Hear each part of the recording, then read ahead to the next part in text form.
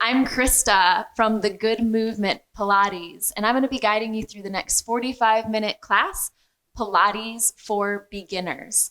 Make sure if you want more great videos and information to subscribe to my YouTube channel or sign on to my newsletter, which link can be found in the description. So this particular class, we're going to be talking about the Pilates Principles.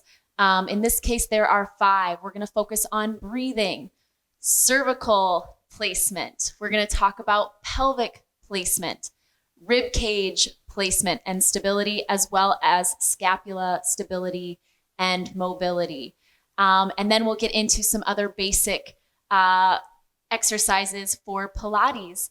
If you find you really enjoyed this class, you can join me for my upcoming 6-week series, Pilates for Beginners, where we will go even more in depth. So settle in and we'll get started in just a second.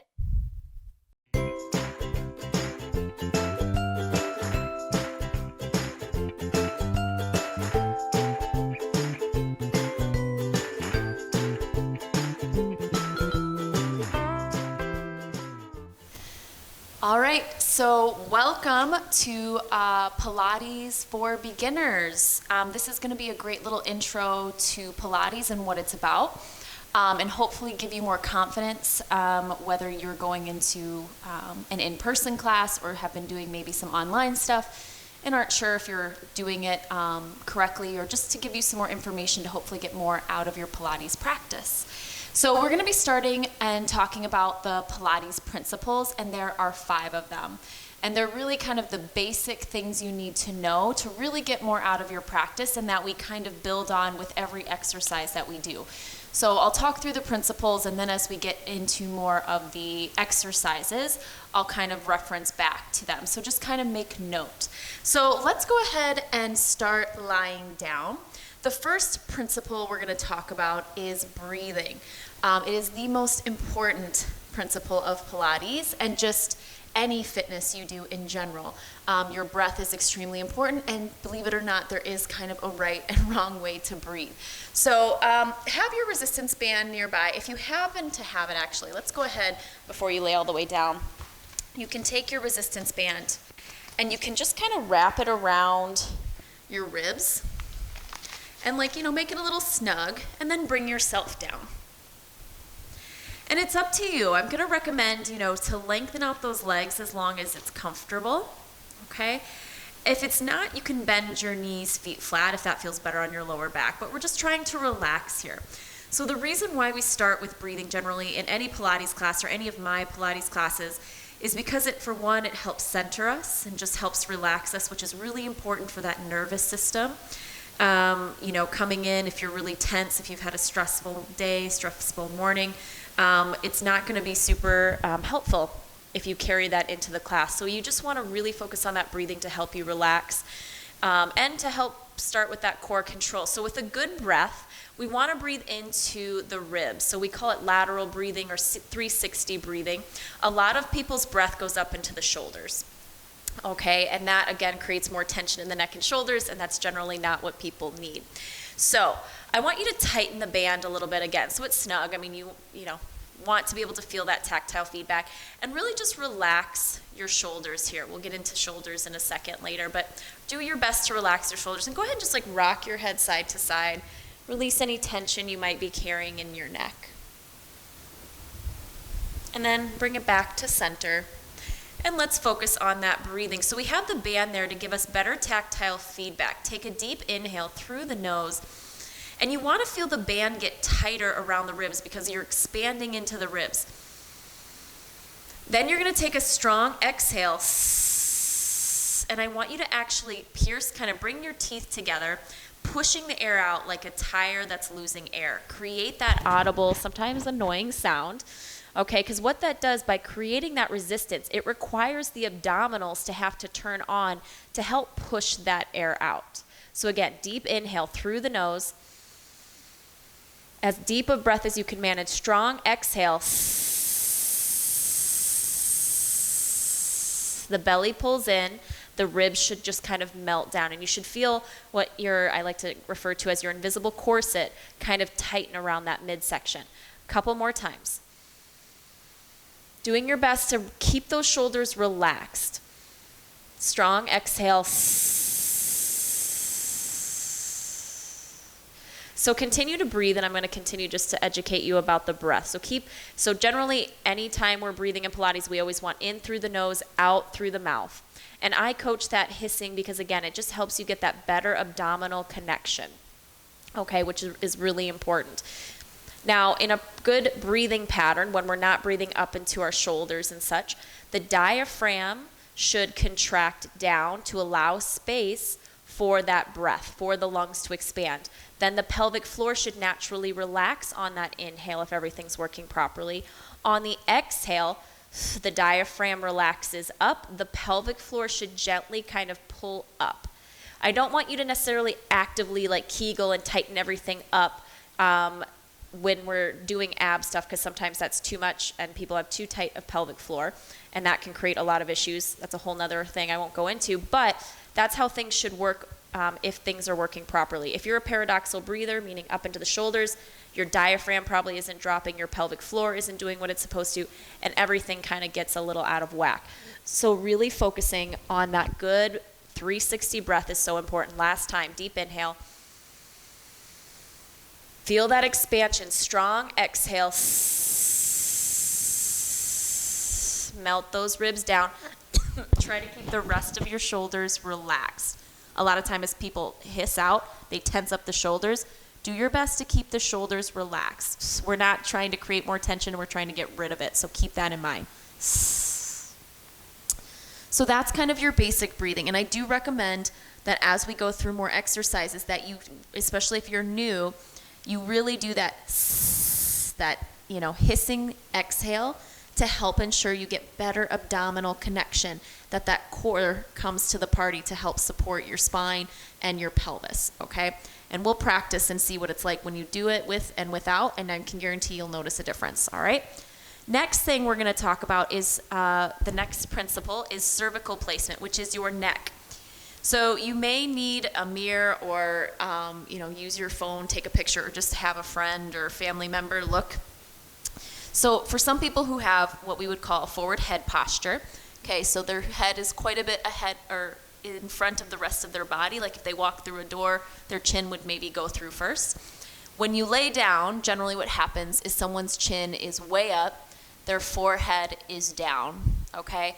And first things first is we generally want to help kind of find that more level position. So your forehead and chin should be about level. So if you're somebody who tends to be in this position when you lay down, get a book, a small block, something to just bring place behind the back of the head so that forehead becomes even with the chin. That just helps support the spine. It helps put the cervical spine in a better kind of what we would call neutral position. All right, so, or, a towel, anything. Some people need it, some people don't. So give yourself a little check in the mirror. It's kind of hard to tell because you probably have to look off to the side. But again, take a quick little selfie while you're laying down. Use your camera. Just have someone look while you're laying down. And sometimes you can just feel it, when your chin is way up like that. But if you're, working on body awareness, you might not be aware. All right. So that cervical placement is going to be important as we come up into abdominal stuff. So a lot of people, again, lead with their chin. So we're just going to work on that awareness. So from here, okay, make sure you put something behind your head if you need it.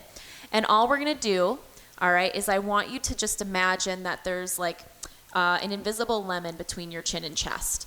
Okay, right now, probably with where you're relaxed, that lemon is going to be falling out from under the chin.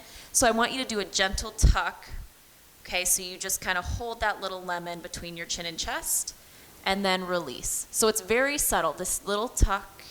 You feel lengthening maybe in the back of the neck and release, a little tuck and release. And we're just creating that awareness of what it feels like to have that head kind of centered on the spine in that correct position, that slight tuck.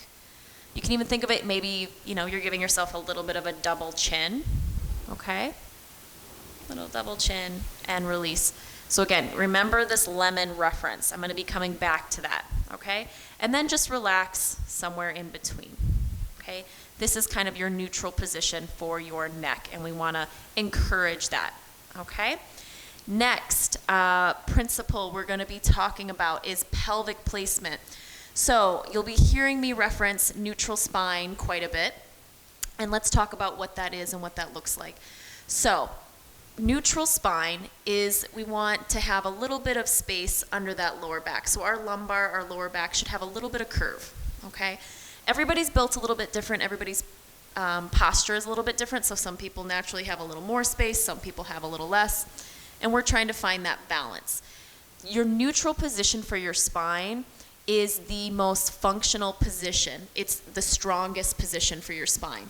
So we don't want to be over rounded and we don't want to be over arched. Okay, so we're trying to work on finding that neutral position and engaging our abdominals as much as possible in this neutral position. So let's talk about how we find that. So go ahead, if you haven't already, bend your knees, feet flat. All right, and I want you to take your pointer finger and I want you to find your belly button. And just actually put your finger on your belly button. And imagine that you're, pushing your finger all the way through your body and you make connection with the floor. Okay, your lower back should be about around where that belly button comes out. Like if you drew your finger all the way to the floor, your lower back is right there. Now, do a little test here so we figured out where that lower back is. Okay, take your hand and kind of bring it under the lower back. Now, can you get like your entire hand under there really easily? Or maybe you can't get like even a finger under there, okay? Not what we want, okay? So if you're over tucked, you're jamming your lower back in. And if you can get like your entire hand there, you're over kind of arching, okay? We want to find something in between. So imagine there's a little P, okay, like a little snap P. And you're going to put it right behind that lower back, okay, right behind that belly button. And you don't want to squish the P. And you also, don't want to completely not feel it. All right, so you just want enough space for a little mini marshmallow or a little baby pea. All right, and we want to maintain that. So that's our neutral spine. Okay, so just kind of take a mental note in how that feels. And then I want you to create a diamond shape by bringing your pointers and your thumbs together. And I want you to put your pointer fingers on your pubic bone, thumbs somewhere around your belly button, probably right below it. Now imagine where your hands are. All right, that there's a bowl of water sitting on your pelvis, okay? And you want the bowl of water level. So if you tuck and you squish your pee, okay, the bowl of water is going to drain into the belly button. If we're overarching and there's so much space behind that lower back, the water is going to drain through the legs. All right, and I just want you to kind of move through those different directions. So I want you to dump the water through the legs. I want you to dump the water into the belly button. So although we don't necessarily want to stay in a position where we're over tucking or overarching, we should be able to move in and out of those positions. So our pelvis shouldn't be stuck. Okay, just like anything else in our body, move it or lose it. So you want to practice moving in and out of these different positions with the pelvis. So we keep that mobility. Otherwise, things get stuck, and that's often when we experience aches and pains. So we're going to inhale, dump the water between the legs, exhale, water to the belly button. We also refer to this sometimes as imprint when that lower back is down. And inhale, water between the legs. And just continue one more time, back and forth. And then I want you to settle in between, find that little space for your pee, and then I also want you to have that water level. Okay, and again, that's your neutral position. Okay, again, I'm going to be coming back to that a lot. Practicing that is going to be kind of one of the most important things in our Pilates practice. So that's pelvic placement and finding our neutral spine. Next, ribcage placement, okay? So what happens when people's abdominals aren't engaged a lot of times is they arch their back, their ribs are flaring out, okay, in front of the hips, and if we're laying down, there's a ton of space under that, behind the ribs. Okay, that's not what we want. We want to take that inhale, exhale, the ribs are going to melt down. The ribs should be pretty well connected with the mat, okay, without jamming the lower back in. That's the key. A lot of times people over jam to get their ribs down. So try to keep a little space under the lower back, but bring the ribs down. It requires a good amount of abdominal connection in order to bring those ribs down. So an imagery you can use to think about the ribs is your ribs are a bell, And we don't want the bell to ring up, which means the ribs flare. And we don't want the bell to ring down too much either. And that's where usually people jam their lower backs in and they're kind of really overly tense, okay?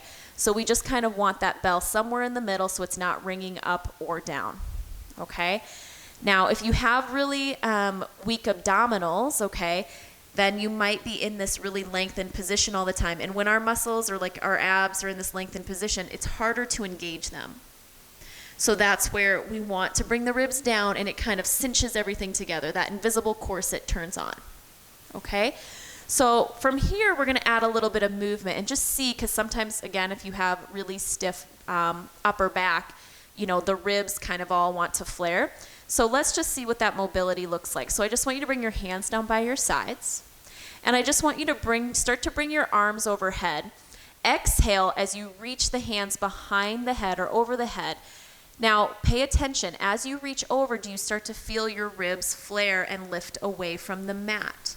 If so, be mindful, try that again, and use the breath. Exhale as the arms reach back, because the exhale is when the abdominals are able to contract. We're using that breath to help the abdominals contract, so it helps kind of keep those ribs from flaring up, because the abdominal muscles connect your ribs with that pelvis, okay? And inhale to bring it down. Inhale as you start to reach towards the ceiling. Exhale as those arms come overhead. And use that hissing sound. Ribs stay in that nice same position, grounded, relaxed and grounded, okay? Not jamming in and not lifting away. And you may struggle. You might find anytime, because if you're really stiff, if you come any further than here, your ribs just naturally come away because maybe your shoulders are really tight here too. So just find a spot where you can go before your ribs start to lift away. And just be mindful of that. And continue to practice, because you're going to end up hopefully getting better range of motion with more practice, but it might not happen, you know, the first couple times you do it. So just be mindful of that. So again, rib placement. We want those ribs over the hips. Okay, if we're not laying down, because obviously we're getting tactile feedback right now. If we're not lying down, we again want the ribs over the hips, not bell ringing out and not bell ringing down. Okay? Next, scapula placement. This is the final principle here. So our shoulders can move in all sorts of different directions. They're meant to move up, they're meant to move down, they're meant to move forward, and they're meant to move back. The issue is a lot of people get stuck up and they get stuck forward. And it's not that that is inherently bad, it's just we're not meant to stay in that one position. So we want to be aware. We're trying to create awareness of our shoulders. So go ahead and bring your arms up towards the ceiling, okay? Relax your shoulders, okay? Broaden through your collarbone like you're showing off a pretty necklace. You should feel your shoulder blades flat against the mat, okay? This is what we would refer to as neutral, okay, for our shoulders. Now, from here, we're going to try moving the shoulder blades forward. So without moving the upper body, so the rest of the body is going to stay relaxed and grounded. Imagine you're trying to grab something off the ceiling and you're reaching your fingertips up. You should feel your shoulder blades peel away, peel forward towards the ceiling. This is known as protraction. Okay, so the shoulder blades are coming forward. Now from here, imagine that there's an invisible egg between your shoulder blades, and I want you to squeeze your shoulder blades together to try to crack the egg without arching the back, because that's what a lot of people do, is they arch the back, they lift the ribs away, but I want you to keep those ribs grounded. We only want the movement in the shoulder blades. Inhale to reach up towards the ceiling. Feel the shoulder blades peel away. And exhale, squeeze the shoulder blades together. Feel that broadening sensation. You're contracting the back muscles to pull the shoulder blades in. And again, reach, reach, reach. And squeeze, squeeze, squeeze. And a lot of times when people when their posture starts to change, maybe because they're very sedentary and they sit in one position all the time, people tend to really lose this range of motion. And so it's really important to practice kind of finding the full range of motion, reaching forward into that protraction and squeezing the shoulder blades together into that retraction. Use it or lose it, okay? And even if you've lost some of it, we can get some back, but it's going to take time. All right, so that's that protraction and retraction. That retraction is really important to practice because it engages those back muscles, helps set the shoulders back. Because again, most people kind of tend to be rounded forward. All right, now go ahead and bring the hands back down to the sides. Like I said, that was forward and back with the shoulder blades. Our shoulders are also meant to move up and down. So again, broaden through the collarbone. Do your best to keep the rest of the body relaxed. You're going to keep your hands grounded on the floor. Just gently relax there. And we're going to just glide the shoulders up into the ears. Okay, this is known as elevation, which again is a very familiar place to a lot of people because they tense up and shoulders end up in the ears. And then we're going to glide the shoulder blades down, fingertips reach towards the heels. This is known as depression of the scapula. And we shrug up. And we reach down. And again, our shoulders are meant to be able to move up. That's not necessarily a bad thing. We just don't want them to stay there, so we need to practice finding that depression of the scapula. Up and down. One more time. Up and down, and then relax somewhere in the middle. So we're going to kind of combine all four of those directions. So hands are down by your sides. I want you to inhale as you reach your arms up. Exhale as those arms come over the head, and let the shoulders come up into the ears. Okay, go into that elevation. All right? And then reaching down, circling down towards those hips. And inhale up, reaching the fingertips towards the ceiling. Okay, shoulder blades peel away. Reaching back, shoulders up into the ears. And circle around. Think about drawing the shoulder blades down away from the ears. And one more time this direction. So we're going through all movement planes here. Hold, and we're going to reverse. Arms out to a T. Circle up overhead. And inhale as you release down. Exhale as you circle up overhead. And inhale down. One more time, circling around. The rest of the body should be stable here. Relaxed but stable. And down. All right, so I know that was a lot of information, and I will be referencing it and coming back to it as we get into more things. All right, so from here, all right, let's go ahead. I'm going to get rid of the band for a second. And go ahead and roll onto your side. And bring your hand or your arm under your head. Stack your hips, okay? And you're resting your head on that arm. And this is kind of a little bit of scapula mobility again, but it's also spinal mobility. So bring your hand out in front of your shoulder, okay?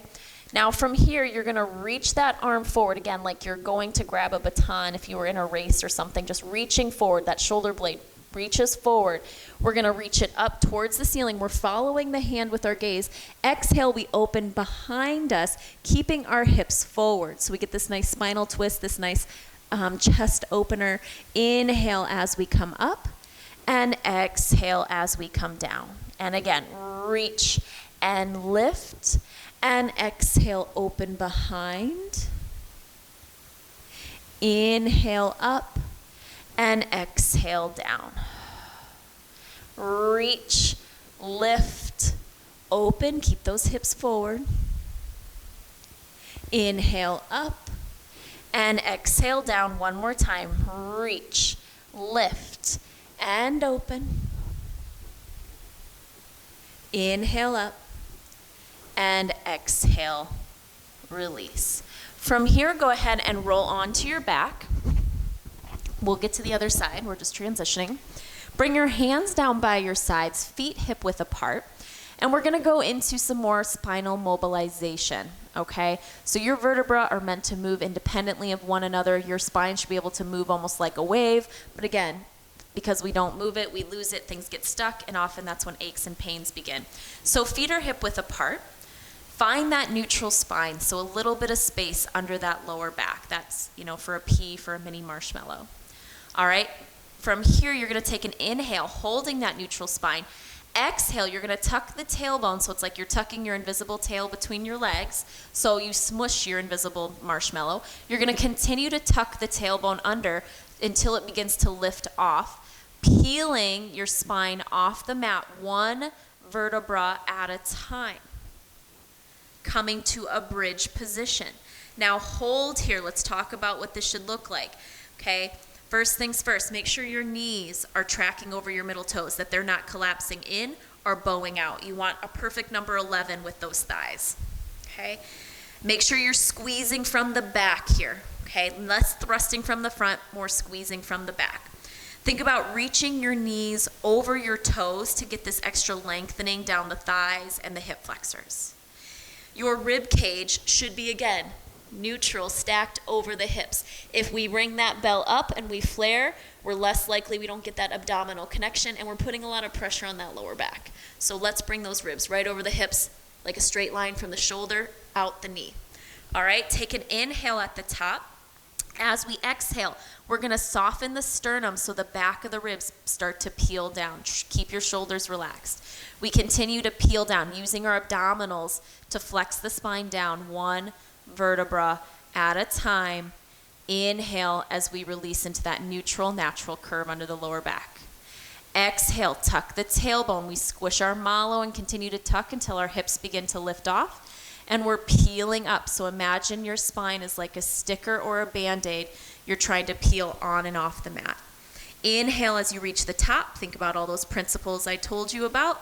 Ribs over the hips, reach those knees over the toes, and exhale, peeling down, soften in that sternum, trying to get each vertebra to connect one at a time, like your spine is like that wave. Inhale as we release into that neutral position. Exhale, tuck the tailbone and roll up. If you're feeling this more in the back of the legs, okay, your hamstrings, bring your heels closer towards your butt, okay? Inhale at the top and exhale to peel down. And pay attention, you might have a spot in your spine where it's just like, it feels like 5 vertebrae are coming down at once. And try to put one more, we're going to do this one more time, try to put more energy into that area of the spine. So really try to kind of close your eyes, visualize that area of the spine, and pull your belly in because your abdominals work to flex the spine. It's almost like a reverse crunch. Think of it that way as you peel up. And don't be afraid to take your time if you're starting out so you can really feel what you're feeling in your body. Inhale at the top and exhale as you peel down. Try to relax your shoulders. I know a lot of people tense up. Try to stay broad through the collarbone as you peel down, down, down, and relax into neutral as you inhale. Good.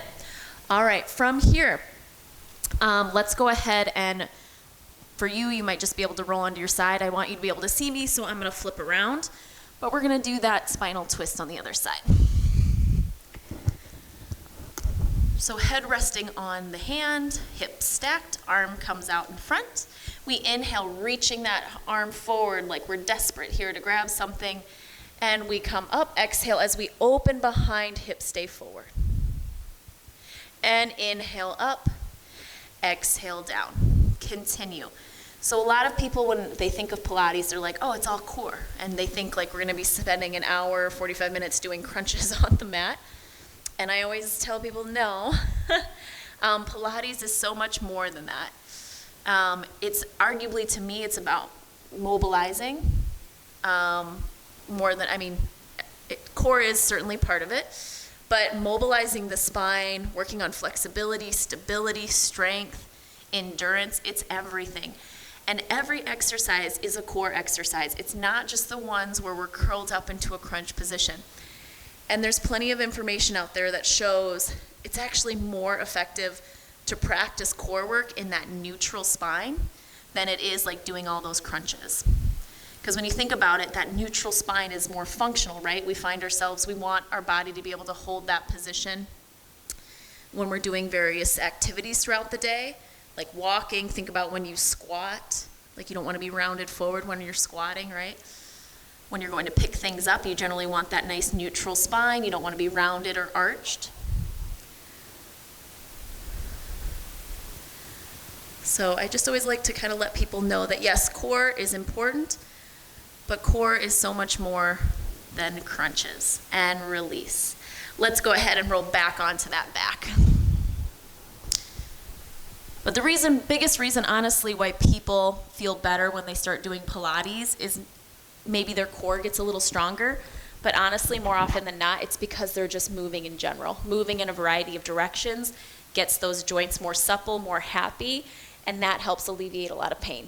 I wish it was more complicated than that, but it's really that simple. You know, even just going for walks can help alleviate a lot of pain. Okay, moving on. Let's go into Pilates 100. So if you go to a Pilates class, probably 90% of the time you're going to be doing some version of the Pilates 100. And what it is it's Pilates 100, it's 100 breaths, okay? That sounds like a lot, it is. I never actually count them all out because why? I kind of look at the people's faces and say like, okay, people are getting tired, we'll call it a day. And it might only be 50 breaths. So go ahead and bring those hands up over the shoulders, okay? Broaden through the collarbone. So let's come back to that neutral position for the shoulder blades. Shoulder blades are flat, okay? We're in that neutral spine, natural space under the lower back, okay? Let's think about that little cervical, that neck position we talked about. So I want you to do that slight tuck. Find that invisible lemon and hold it there. Hold that chin there. So don't lift with the chin. That's what a lot of people do, and then they're like, oh, my neck really hurts, okay? Hold that invisible lemon where it is. Take an inhale. Strong exhale. You're going to come up, peeling the shoulder blades off the mat, looking between the thighs. Okay, and again, you're not jamming your chin into your chest, and you're not leading with it. You're holding that little lemon in place. All right, now you're going to begin pumping your arms like you're bouncing 2 tennis balls. You're doing your best. As you came up, pay attention. Did you jam your back in? If you jammed your back in, you're overfiring your glutes, your butt, and your hip flexors. So try to relax that. Think about gliding your ribs towards your hips as you come up. So you're pumping your arms like you're bouncing 2 tennis balls. Reach through your fingertips.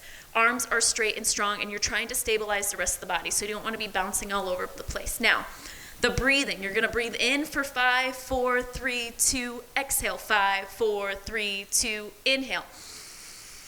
Exhale, inhale. Exhale, continue. Now this is option 1, okay? Feet are grounded. You can even bring your head down and just pump the arms. So arguably this is option 1, okay? It's kind of a way to warm up the body. We're using that breath to engage the core. Okay, option 2 is where we were with that curling up. Option 3 is to bring those legs up into tabletop. The rest of the body is nice and stable as you pump those arms. Option 4, I guess, is to extend those legs out. And all are great options. I take those variety of all those options throughout a class. It depends on the day. It depends on how I'm feeling. So just because you start with one option doesn't even mean you have to finish with it. You can try different ones throughout that Pilates 100. 2 more.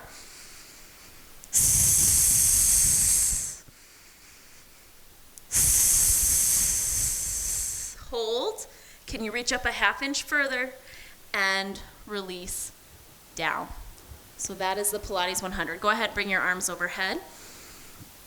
And a lot of times, if you're in a more traditional, what they would call classical Pilates setting, oftentimes you start the class with that. Just because the pumping of the arms and the breath, it just helps warm the body up. I generally don't. But it's not right or wrong, it's just different. Okay, let's move on to talking a little more about bridge work, okay? Bridging is a great way to strengthen your glutes, and it's a great core exercise. So we did that spinal articulation just a little bit ago, which was more about mobilizing the spine, articulating the spine.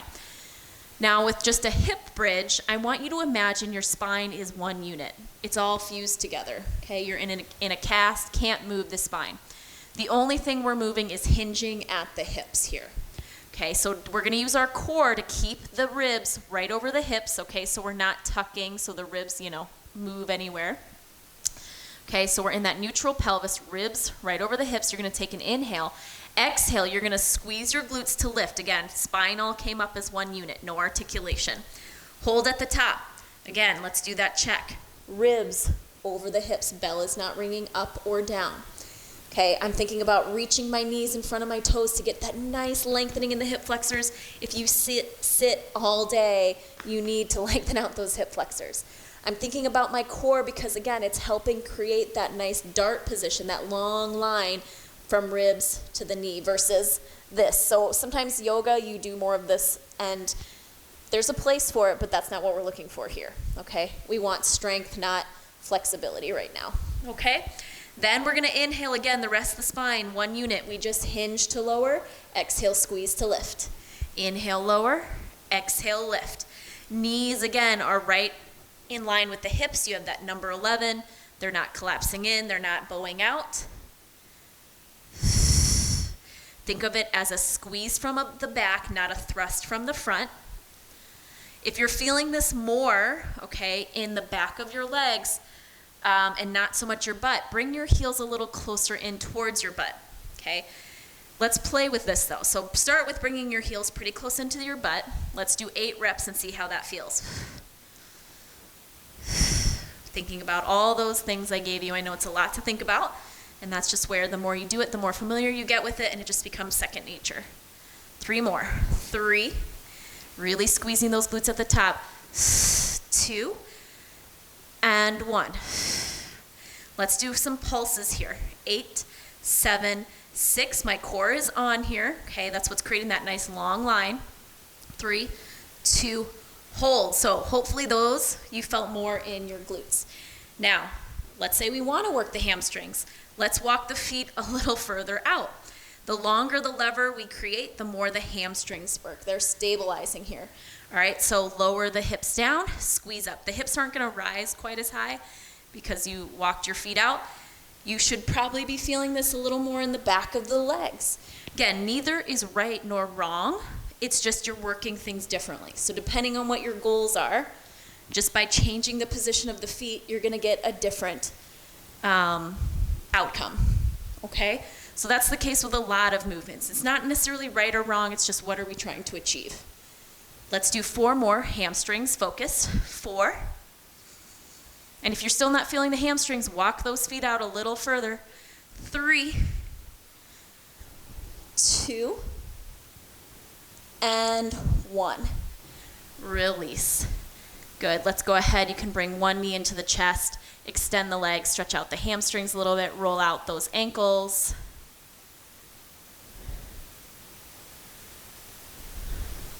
And release, other side, knee in, extend that leg. Push the heel towards the ceiling. So a lot of times if people are really hypermobile in the hips, they're like, ooh, they can just like yank that leg towards their face and they're like, I never feel the hamstrings. Try keeping that foot right over the hip and pushing through the heel.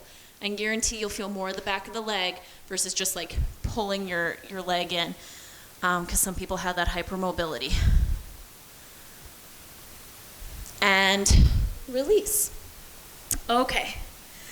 From here, go ahead, press yourself up. And we're gonna come into a mermaid position here. All right, so if this is not attainable for you, this kind of Z sit, okay, you can also just kind of crisscross the legs. Whatever position is comfortable for you, okay? Both are good, all right? You're gonna bring that right arm high.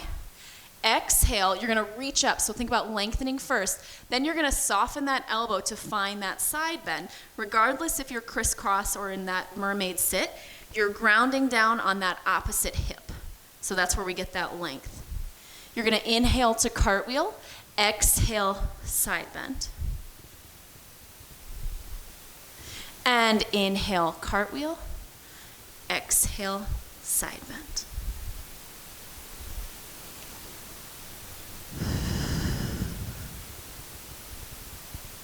Again, mobilizing the spine in that lateral side bend. Okay. One more time each side. Really grounding down that opposite hip. And finish with this side. And release. Go ahead, let's, if you have your legs crisscrossed, just bring the other leg on top. If you're doing mermaid sit, just Swap the legs. Left arm up, exhale, we reach tall, keep that left hip grounded. Exhale as we bend to the right, softening that right elbow. Now, pay attention to the head. I just caught myself doing it. A lot of times people cock their head to the side like this and it makes them feel like they're getting a deeper side bend. Try to keep the head centered on the spine so we're getting the length here, not by just like cocking the head. And inhale, cartwheel, exhale, side bend. You can look down at the floor if that feels better on your neck.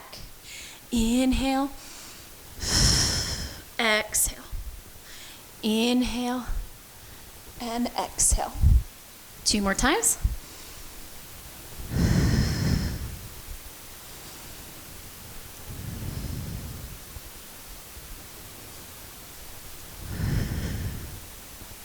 Last time. Feel that great stretch and release. From here, go ahead, bring the bottoms of your feet together, knees open like the pages of a book. This generally helps for people who have tight hip flexors. You can also get like a yoga block, a book, or something to elevate those hips if you're ever feeling super tight and we're in a seated position. That's always a great option. Bring the hands behind the head. Push the head into the hands. So don't let the head get pushed forward by the hands. Okay, use the muscles in the neck to push the head back. All right, keep those hips grounded. We're gonna go into a spinal twist. And inhale, center. Exhale, twist. Inhale, center.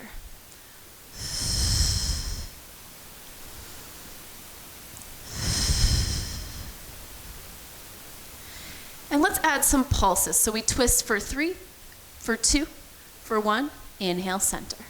Exhale, pulse 3, and 2, and 1. And be mindful, we're trying to stay as upright as possible. Keep going. I'm just going to turn to the side so you can see a little better.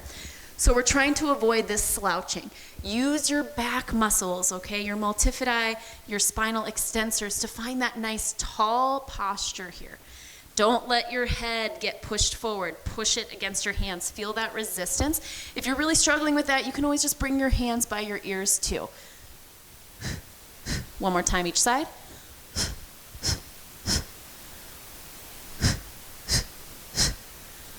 And release. From here, all right, go ahead, bring one foot on top of the other, or bring your right foot on top of your left knee. All right, inhale, reach the arms high. Exhale, imagine you're diving into a pool and reach forward.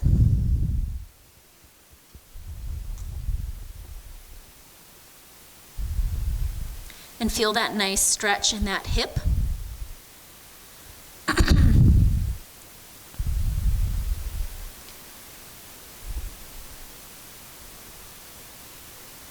And walk the hands back. And swap which leg is on top. Inhale, circle up, reaching nice and tall. Exhale, rounding forward.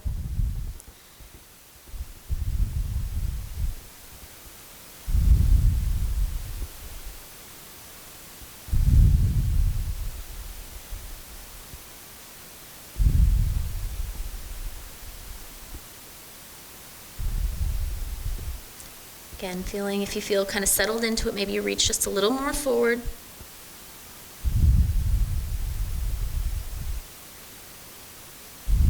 Walk yourself back up to a nice tall posture. Bring your hands down by your sides. Deep inhale, circle up. And exhale. Deep inhale. And exhale. One more time, deepest breath you've taken all day. Bring your hands down through heart center and give yourself a nice little round of applause. So there was a lot covered today. A good chunk of it was talking about the principles.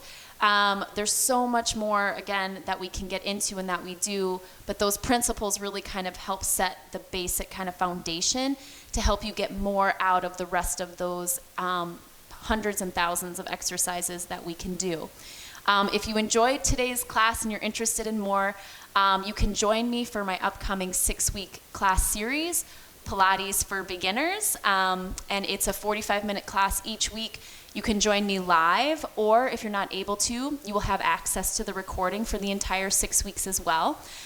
We will go into deeper, get into all the different exercises, talking about, again, coming back to those principles, but also it'll be a big part of modifications and finding different options that work for you. So again, if you find yourself in a different type of class setting that's maybe a little more intermediate, you know different options that you can take that work for yourself. And again, for me, even as an instructor, I take modifications all the time. So it's all about giving yourself permission to do so, and then also finding an opportunity to get the knowledge of what your options even are, because sometimes in group settings, those options aren't always given. So again, I hope you'll sign on for that 6-week class series. It begins October 26th, can be done live or recorded.